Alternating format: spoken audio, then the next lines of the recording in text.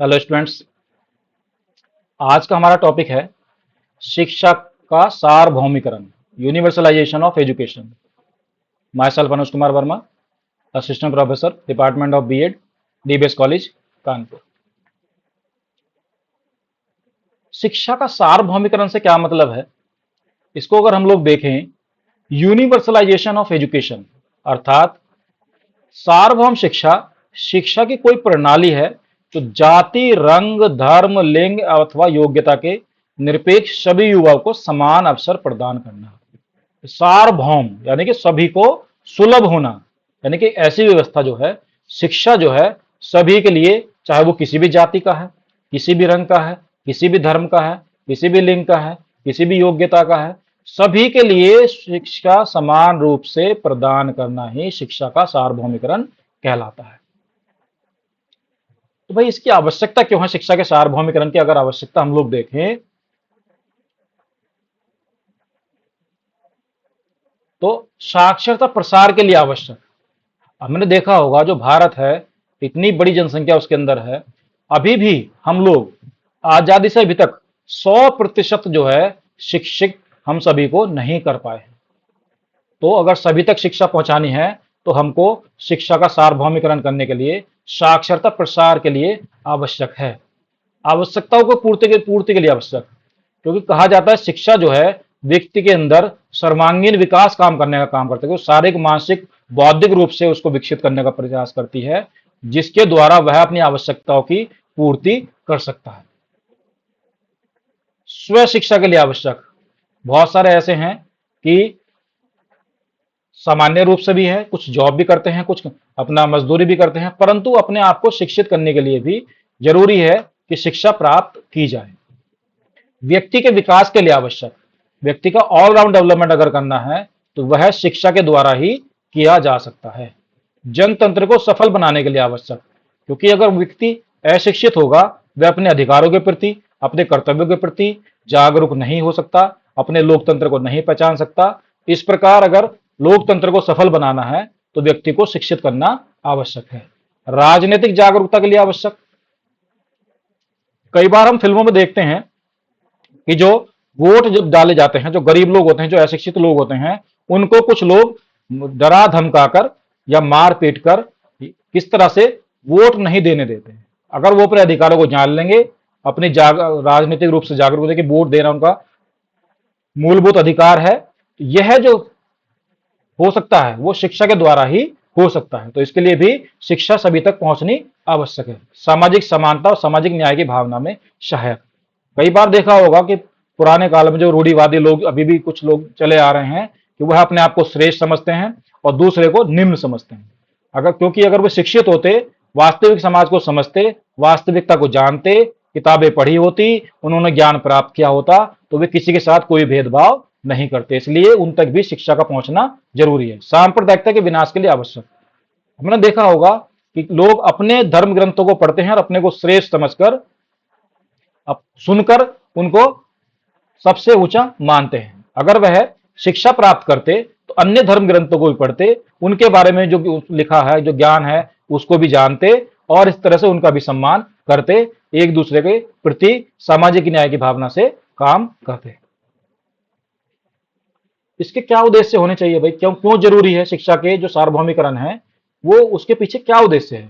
पहला अगर हम देखें तो ज्ञान अर्जन का उद्देश्य है, ज्ञान प्राप्त करना, बौद्धिक एवं मानसिक विकास उसका करना, क्योंकि शिक्षा जो है एक ऐसा साधन है जो व्यक्ति का सर्वांगीण विकास करती है, और सर्वांगीण विकास में व्यक्ति के व्यक्तित्व के वो सारे पक्ष सम्मिलित होते हैं जो उस व्यक्तित्व के अंग होते हैं। तो उनका सर्वांगीण विकास करने के लिए शिक्षा आवश्यक है। ज्ञान प्राप्त करना तो है ही, उसके द्वारा बौद्धिक, मानसिक विकास उसका करना, शारीरिक विकास उसका करना, नैतिक विकास उसका करना, चारित्रिक विकास करना, सांस्कृतिक विकास करना, सामाजिक कुशलता के विकास करना, व्यक्तित्व का सर्वांगीण विकास करना, उसको जीविकोपार्जन के लिए तैयार करना। तो ये शिक्षा के द्वारा ही किया जा सकता है। जैसे सरकार वर्तमान में बहुत सारी योजनाएं चला रही हैं।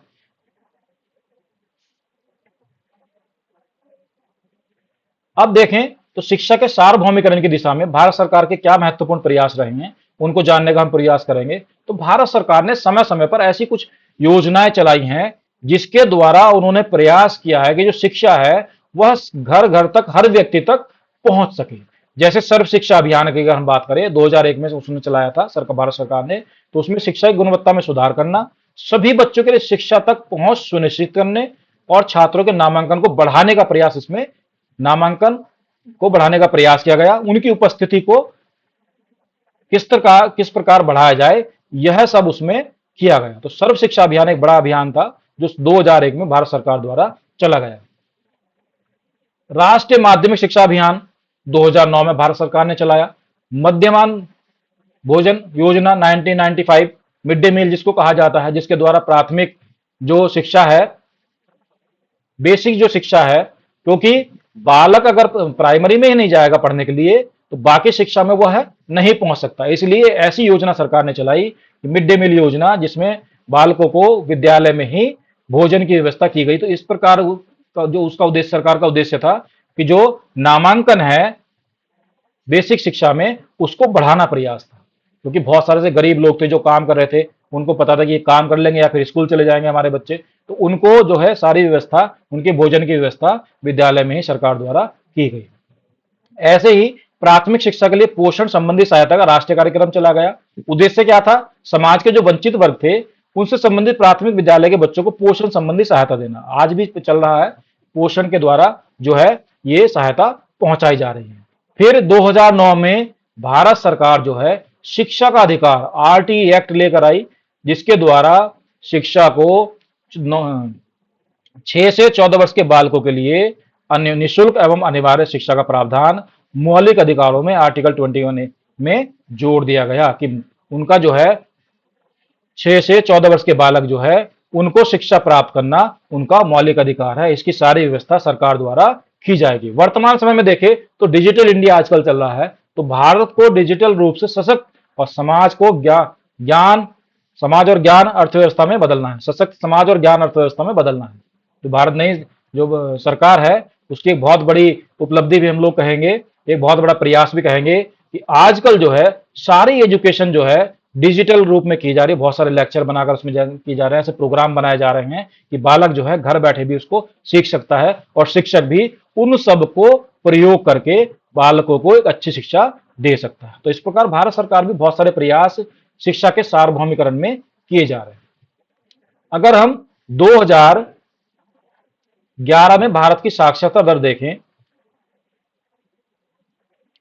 अगर व्यक्तियों की हम लोग देखें, लिटरेसी रेट, पॉपुलेशन देखिए इसमें दी गई है, पर्सन्स की, मेल्स की और फीमेल्स की, यानी कि व्यक्तियों की कुल कितनी है और पुरुषों की कितनी है और महिलाओं कितनी है। अगर 2011 में हम लोग देखते हैं तो जो कुल व्यक्तियों की जो साक्षरता दर थी वो 72.99% और 2021 में जो अनुमानित की गई थी 77.70, यानी कुछ बढ़ोतरी इसमें हुई है। अगर पुरुषों की हम लोग देखें तो 80.89% पुरुष जो हैं साक्षर थे और 2021 में 84.70%, यानी कि साक्षरता 10 साल के अंदर भी बहुत धीरे धीरे उसकी बढ़ोतरी हो रही है। महिलाओं में देखें, महिला तो बहुत पीछे हैं, 64.64% 2001 में उसकी साक्षरता दर रही है।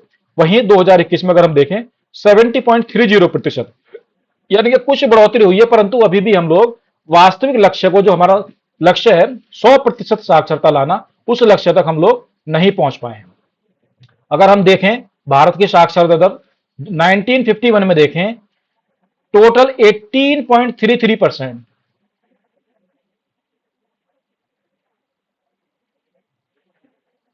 साक्षर थे, इतनी प्रतिशत हम लोग थे। वहीं जो है 1961 में 28% हो गए, फिर 30%, 71 में 34% हो गए, 81 में 43 हो गए, 91 में 52 हो गए, 2001 में 64 हो गए और 2011 में 74% हम लोग साक्षर हो गए। परंतु देख रहे हैं कि बहुत धीमी गति से जो है ये साक्षरता दर बढ़ी है। इतने प्रयास के बाद भी हम लोग 100% साक्षरता प्राप्त करने में असफल रहे हैं। इसलिए जो है शिक्षा के सार्वभौमिकरण को बढ़ावा दिया जा रहा है, जिससे हर व्यक्ति तक, हर बालक तक शिक्षा प्राप्त करने का साधन उसको उपलब्ध कराया जाए, उसको शिक्षा प्रदान की जाए। इसी उद्देश्य को ध्यान रखते हुए राइट टू एजुकेशन एक्ट जो है 2009 में आया, जिसने सभी को क्या किया, 6 से 14 वर्ष के बालकों को निःशुल्क एवं अनिवार्य शिक्षा प्रदान करना उसका मूलभूत अधिकार उसको दिया गया, और इसको आर्टिकल 21A में भारतीय संविधान के जोड़ दिया गया। आप देख रहे हैं फ्री एंड कंपलसरी एजुकेशन, जिसको पाकर बच्चे कितने खुश हैं। RT act, right to education, इस सभी के सार्वभौम शिक्षा, सभी तक शिक्षा प्रदान करना, यानी कि शिक्षा जो है सभी के लिए प्रदान इसके द्वारा की गई। अगर हम देखें शिक्षा के सार्वभौमिकरण के मार्ग में जो बाधाएं हैं वो कौन सी हैं भाई, तो इसमें देखते हैं सरकार की त्रुटिपूर्ण नीतियां। कई बार देखा होगा सरकार बदल जाती है तो अपनी अपनी अलग अलग पॉलिसी चलाती है, जिसमें बहुत अंतर होता है। अगर एक ऐसी पॉलिसी बनाया जाए जो सभी चाहे सरकार कोई सी भी हो वही चलेगी और उसी को लागू किया जाना चाहिए। राजनीतिक समस्याएं, हर सरकार अपनी अलग अलग उसकी विचारधाराएं हैं, वो उसी विचारधारा पर काम करते हैं। कोई शिक्षा को बढ़ावा देती है, कोई उद्योगों को बढ़ावा देती है, कुछ अन्य चीजों को बढ़ावा देती है। तो सरकार, राजनीतिक समस्याएं सरकार के सामने आती रहती है और सरकार जो है जल्दी जल्दी बदलती रहती है। शैक्षिक प्रशासन का दोषपूर्ण होना, जो सरकारी योजनाएं तो आती हैं, कई बार देखा होगा एक कहावत चली थी कि केंद्र से 100 रुपए चलता है और आम जनता तक 15 पैसे पहुंचते हैं और 85 पैसे बीच में गायब हो जाते हैं। तो सरकार, शैक्षिक प्रशासन भी कुछ ऐसे क्रियाकलाप करता है, पूर्ण रूप से उसमें सहभागिता या पूर्ण रूप से अपने उत्तरदायित्व को नहीं निभाता। पैसे की कमी, आपने देखा होगा भारत जो है एक विशाल जनसंख्या वाला देश है। इतनी बड़ी जनसंख्या को शिक्षित करने के लिए बहुत सारे संसाधनों की आवश्यकता है। उन संसाधनों को जुटाने के लिए पैसे की जरूरत है, और भारत के पास इतनी बड़ी जनसंख्या को शिक्षित करने के लिए, एक साथ शिक्षित करने के लिए सारी व्यवस्था नहीं है। पर सरकार लगातार इस प्रयास में है कि सभी तक शिक्षा पहुंचाई जा सके। प्रशिक्षित शिक्षकों की कमी, आपने देखा होगा आज भी इतनी बड़ी जनसंख्या को शिक्षित करने के लिए शिक्षकों की बहुत आवश्यकता है। इसलिए बहुत सारे सरकारी और प्राइवेट बीएड महाविद्यालय और डीएलएड महाविद्यालयों की स्थापना सरकार द्वारा की गई है, जिसके द्वारा प्रशिक्षित शिक्षकों की कमी को पूरा किया जा सके। संसाधनों की कमी, भाई सब भारत जो है एक विशालकाय देश है, इतने विद्यालय, इतना फर्नीचर, इतनी सारी व्यवस्था, संसाधन जुटाने के लिए टाइम और पैसा दोनों की आवश्यकता होती है, जिसकी हमारे देश में लगभग अभी उस स्तर पर हम लोग नहीं पहुंच पाए हैं कि उस सभी को पूरा कर सकें। अनुपयुक्त पाठ्यक्रम, देखा होगा सब जगह बहुत सारे ऐसे बोर्ड चल रहे हैं जिसमें अलग अलग पाठ्यक्रम की व्यवस्था की गई है, चाहे मदरसा हो, चाहे यूपी बोर्ड हो, चाहे सीबीएसई बोर्ड हो, आईसीएसई बोर्ड हो, सब अपना अलग अलग रूप से उसको पढ़ा रहे हैं, पर ऐसा समान पाठ्यक्रम नहीं है जिसको सभी प्राप्त कर सके। अव्यवरोधन, देखा होगा कि बालकों का हम नामांकन तो प्राइमरी में करा देते हैं या बेसिक स्कूल में करा देते हैं, पर वो बीच में छोड़ देते हैं या बार बार फेल होते हैं। ऐसी भी व्यवस्था है कि वो आगे बढ़ने का प्रयास नहीं कर पाते। प्राकृतिक बाधाएं, प्राकृतिक बाधाओं में ऐसा है जो भौगोलिक क्षेत्र हमारा देखा होगा, हमारे पर्वतीय क्षेत्र भी हैं, हमारे जनजातीय क्षेत्र भी हैं, हमारे वनों के क्षेत्र भी हैं, जहां पर पहुंचना बहुत आसान नहीं है। तो वहां रह रहे लोगों के लिए शिक्षा की व्यवस्था करना बहुत आसान नहीं है। सामाजिक बुराइयां, सामाजिक बुराइयों में देखें आज भी हम लोग देखते हैं कि महिला को शिक्षा प्राप्त, यानी कि बेटियों को शिक्षा प्राप्त करने के लिए आज भी ऐसे रूढ़िवादी लोग हैं जो कहते हैं कि बेटियां शिक्षा प्राप्त करने के लिए नहीं है, उनका काम तो घर का चूल्हा और चौका चलाना है, उनको शादी के बाद उनको यही काम करना है। तो ऐसी बहुत सारी विचारधाराएं हैं जो कुछ लोग महिलाओं को या बेटियों को शिक्षा प्राप्त करने से रोकते हैं। भाषा की समस्या, आपने देखा होगा हमारा देश एक विविधता वाला देश है, जिसमें अलग अलग तरह की, बहुत तरह की भाषाएं उसमें बोली जाती हैं, और पाठ्यक्रम जो है ऐसा बनाया जाता है, ऐसा बनाया जाना चाहिए जो अलग अलग भाषाओं के आधार पर वो पाठ्यक्रम बनाए जाएं।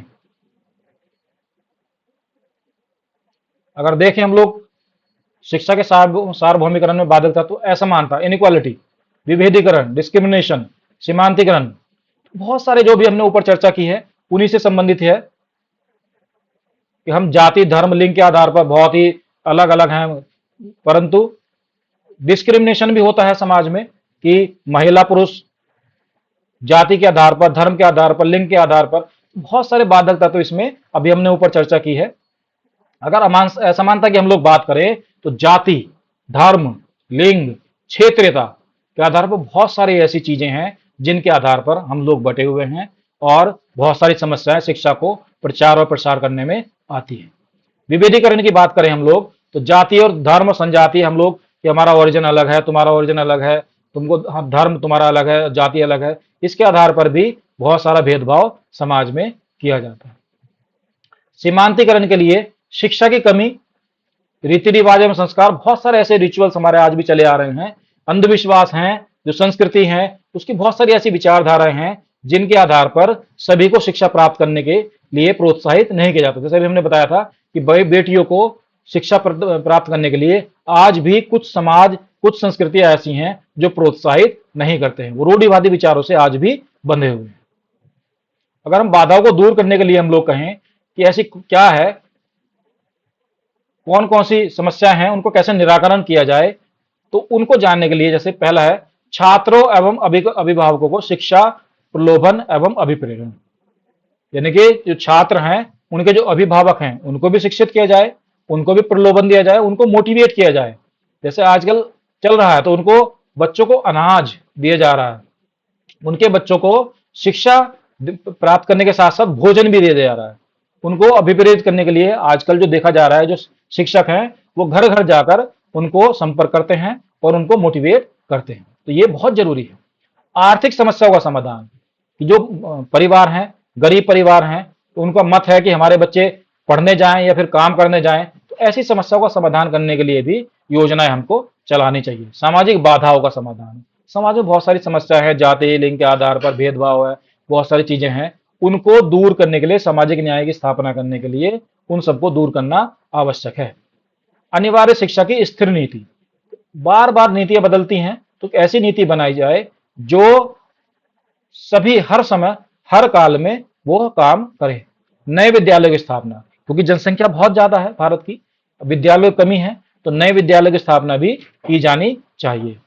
शिक्षकों की समस्याओं का हल, बहुत सारी होता है कि शिक्षकों की समस्या है, उनको आने जाने में प्रॉब्लम है, वहां जो विद्यालय है उसमें हर चीज, जो सारी सुविधाएं उपलब्ध नहीं है, उन सारी चीजों को, उन सारी समस्याओं को शिक्षकों की दूर करना चाहिए। जनता का सहयोग बहुत जरूरी है। जैसे आजकल विद्यालयों में देखा गया है, स्कूल मैनेजमेंट कमेटी यानी कि एमसी की स्थापना उसमें की जाती है, बहुत जरूरी कि जनता का सहयोग उसमें लेना जरूरी है। समय समय पर ऐसी विद्यालय में कोई मीटिंग या कोई ऐसे क्रियाकलाप किए जा सकते हैं जिसमें जनता को भागीदार बनाकर उनके विचार, उनको भी बताया जाए कि शिक्षा कितनी जरूरी है। भाषा की समस्या का समाधान, ऐसा पाठ्यक्रम बनाया जाए जो सभी भाषा के बालकों के लिए आवश्यक हो। शिक्षा का व्यापक प्रचार, बहुत जरूरी है कि शिक्षा का व्यापक, जितना प्रचार हम लोग जब वोट पढ़ते हैं राज पार्टियों द्वारा किया जाता है, अगर इतना प्रचार शिक्षा के लिए कर दिया जाए तो वह दिन दूर नहीं जब हम 100% शिक्षा के लक्ष्य को प्राप्त कर सके। भौगोलिक बाधाओं का निवारण, अभी जैसे हमने बताया था, भौगोलिक बाधाएं जो हैं, पर्वतीय क्षेत्र हैं, आदिवासी क्षेत्र हैं, जनजातीय क्षेत्र हैं, वन क्षेत्र हैं, तो उनको समाधान करने के लिए ऐसी शिक्षा लगाई जाए कि वहां विद्यालयों की स्थापना हो सके, ऑनलाइन शिक्षा की व्यवस्था की जाए, बहुत सारी चीजों की निवारण वहां किया जा सकता है। कक्षाओं में छात्र की संख्या में वृद्धि, देखिए ये बहुत जरूरी है। शिक्षा कक्षा में छात्रों की संख्या में वृद्धि करने के लिए नामांकन होना हर बालक का जरूरी है। तो शिक्षक आज करते भी हैं, घर घर जाकर हर परिवार से संपर्क करते हैं कि उनके यहाँ कोई ऐसा बच्चा तो छूटा नहीं है जिसका नामांकन वहां विद्यालय में, किसी भी विद्यालय में कहीं नहीं हो पाया है। पाठ्यक्रम में सुधार किया जाए, पाठ्यक्रम ऐसा बनाया जाए कि शिक्षा प्राप्त करने के बाद वह अपना शारीरिक और मानसिक विकास तो कर ही सके, साथ ही साथ उसको व्यवसाय के रूप में भी कुछ प्रगति उसकी हो सके, वो कोई ऐसा व्यवसाय कर सके जिससे उसका जीवन यापन हो सके। अगला है महिला शिक्षिकाओं की प्राथमिक विद्यालयों में नियुक्ति तथा पर्याप्त प्राथमिक विद्यालयों की स्थापना कर बालिका शिक्षा को प्रोत्साहित किया जाना चाहिए। जैसे मैंने अभी बताया है कि ऐसे आज भी बहुत सारे लोग हैं, बहुत सारे संस्कृति रूढ़िवादी लोग हैं, आज भी बालिकाओं को शिक्षा प्रदान करना नहीं चाहते, परंतु इसलिए जरूरी है कि विद्यालयों में महिला शिक्षाओं की नियुक्ति की जाए, जिससे वो घर घर जाकर उनके परिवारों से मिल सके और बालिकाओं को अपना उदाहरण देकर बता सके कि देखो हम महिला होने के बावजूद भी हम लोग इस मुकाम पर पहुंचे हैं, आप भी अपनी बालिकाओं को पढ़ाइए, वह भी कहीं ना कहीं इस तरह से रोजगार प्राप्त करके समाज में अपना सम्मान प्राप्त करेंगे। विभिन्न स्तरों एवं कक्षाओं में अपव्यय अवरोधन को दूर करने के लिए निम्नलिखित उपाय किए जाने चाहिए। अपव्यय अवरोधन, बालक जो है जब एडमिशन लेता है बीच में ही छोड़कर चला जाता है या बार बार एक ही कक्षा में फेल होता जाता है, क्योंकि सरकार तो पैसा खर्च कर रही है परंतु वह पैसा खराब हो जाता है। उसको रोकने के लिए भी बहुत सारे प्रयास किए जाने चाहिए। ये सब प्रयास सरकार द्वारा या हम जनता जब तक सहभागिता नहीं करेगी, बहुत सारी चुनौतियां हैं, उन चुनौतियों को दूर करके ही हम लोग शिक्षा के सार्वभौमिकरण को प्राप्त कर सकते हैं। Thank you.